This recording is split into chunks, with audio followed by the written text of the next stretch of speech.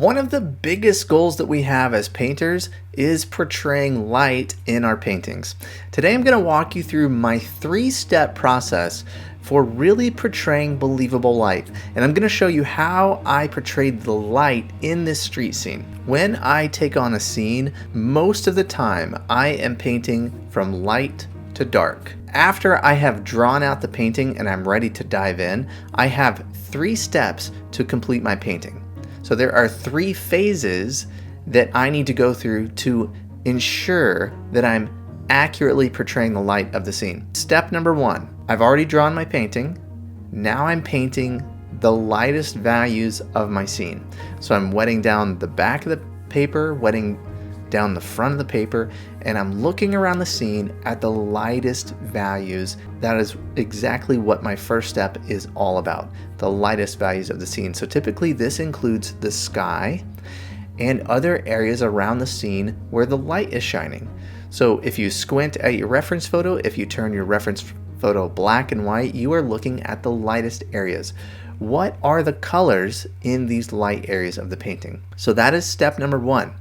I'm painting a nice fluid wet into wet wash and laying out the light of the scene. Now step number 2 is where I'm painting the middle values of the scene. So these are not the lights and not the darks, everything that is in between. And again, if you turn your reference photo black and white, you are looking to try to find that large connected middle value shape. And so here's what that looked like within this street scene. I worked my way around the scene, finding connections, trying to really squint and see these middle values as one shape. Now, admittedly, this is the most challenging part of the painting. We are thinking about edge, we're thinking about color and texture and value all at the same time. And we are trying to paint this in a connected, fluid way. So I'm typically starting on the left side of the paper and I'm working my way across the scene. And I'm really looking for the connections throughout the scene. So after I have painted the middle values of the scene, it is time to paint the darks and the details. Now the details of your painting tend to get all the credit. We tend to hyper focus on the little areas where there might be figures in your scene or wherever there might be small details, but it's the values and the large shapes that are really going to make your painting work and really make the light believable in your painting. So in this 3rd phase where I'm painting the darks and the details, again, I'm looking at my painting, I'm looking at the reference photo, I'm squinting, and I'm thinking through what are the darks of the scene. So in this street scene, it's the underside of the cars, it's some of the darks within the trees, some of the little details around the scene that create a little bit of separation, give the painting a feeling of depth and of finish. Those are what the darks and details do.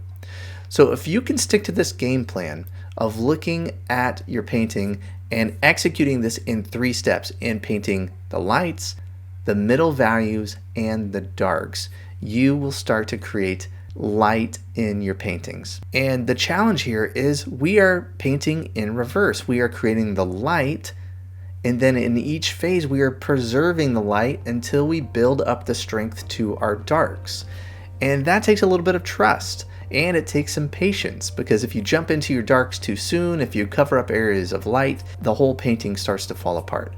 So we have to have a clear game plan, and if you can break it up into these 3 steps, then you can create believable light in your paintings. Have you ever been really excited about a painting and you get all set up, you find that right reference that you're excited about, and then it's time to go and you feel lost? You ever had that experience? You just are having a hard time finding consistency. Some of your paintings turn out, some of your paintings don't turn out, and you're not really sure why. Well, I have a free resource that I want to give to you today that can help exactly with these problems.